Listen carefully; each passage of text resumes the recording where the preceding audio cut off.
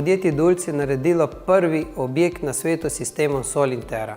To je sistem, kjer se izkoriščajo samo naravni viri, se pravi sonce in pa zemlja. Sonce kot vir toplote in pa zemljo, da se skozi poletje shranjuje ta energija v zemljo. Pod objektom je tak topli zemeljski zalogovnik, izveden iz cevnih napeljav, kjer se akumulira toplota skozi poletje. Po zimi se ta energija koristi nazaj za ogrevanje objekta preko temperaturnih barijer in pa preko betonskega jedra.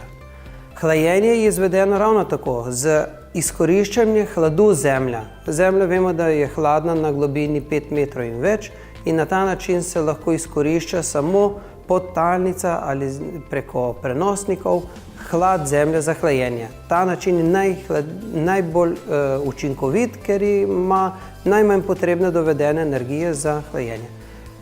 Ogrevanje objekta tazga, ki je 5000 kvadratov velik, je manj kot povprečna slovenska hiša, okoli 1300 evrov. In pa še en zanimiv podatek, za tem objektom, ki je tako energetsko učinkovit, prihranimo okoli 216 ton emisij izpusta CO2 na leto.